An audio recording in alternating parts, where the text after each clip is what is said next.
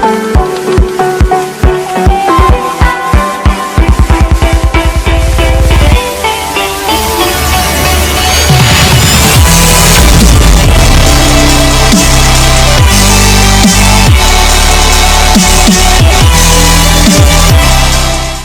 वालेकुम स्टूडेंट, कैसे हैं आप? उम्मीद है कि आप खैरियत से होंगे।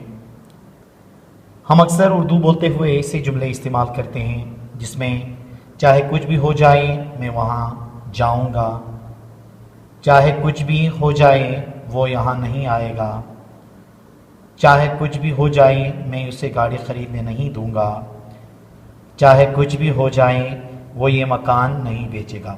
ऐसे जुमले हम अक्सर अपनी ज़बान में, मतलब उर्दू लैंग्वेज के अंदर हम इस्तेमाल करते हैं। जब हम इसको अंग्रेज़ी में ट्रांसलेट कर रहे होते हैं तो फिर हमें बहुत सारे मसाइल का सामना करना पड़ता है।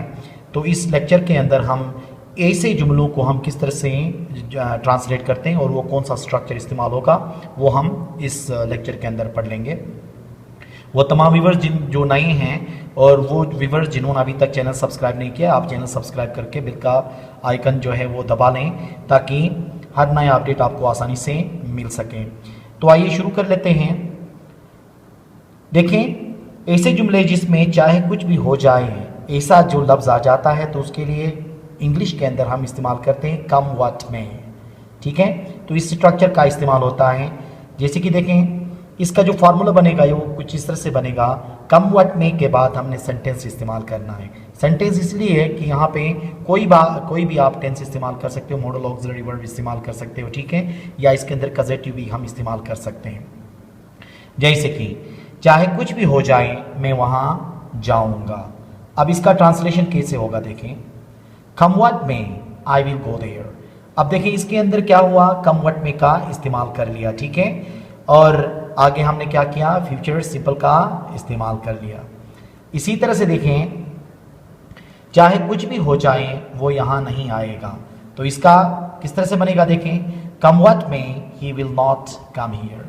क्या हो गया, कम what may he will not come here, चाहे कुछ भी हो जाए वो यहाँ नहीं आएगा। इसी तरह से देखें, चाहे कुछ भी हो जाए मैं उसे गाड़ी खरीदने नहीं दूंगा, तो इसका क्या होगा, कम व्हाट में I will not let him by a car.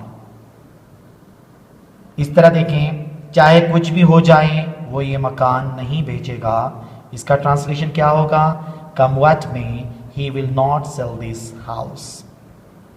अब यहाँ पे देखें हमने क्या किया, कम व्हाट में के बाद हमने फ्यूचर का टेंस हमने इस्तेमाल किया है।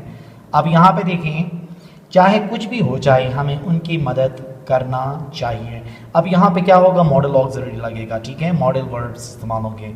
जैसे कि कम व्हाट में वी शुड हेल्प देम। देखें ना, यहाँ पे क्या लगा, वी शुड हेल्प देम, यहाँ पे हमने मॉडल का इस्तेमाल कर लिया। तो जहाँ कहीं पे भी हम ऐसे जुमले इस्तेमाल करते हैं जिसमें ये कहते हैं कि चाहे कुछ भी हो जाए मैं वो गाड़ी ख़रीदूँगा, चाहे कुछ भी हो जाए मैं इम्तिहान में अपीयर हो जाऊँगा, चाहे कुछ भी हो जाए मैं ये काम करूँगा, ऐसे जुमले हम क्या करते हैं अक्सर अपने उर्दू ज़बान के अंदर इस्तेमाल कर लेते हैं। तो इनको जब हम ट्रांसलेट कर रहे होते हैं इंग्लिश के अंदर तो हमने क्या इस्तेमाल करना है, कम व्हाट में।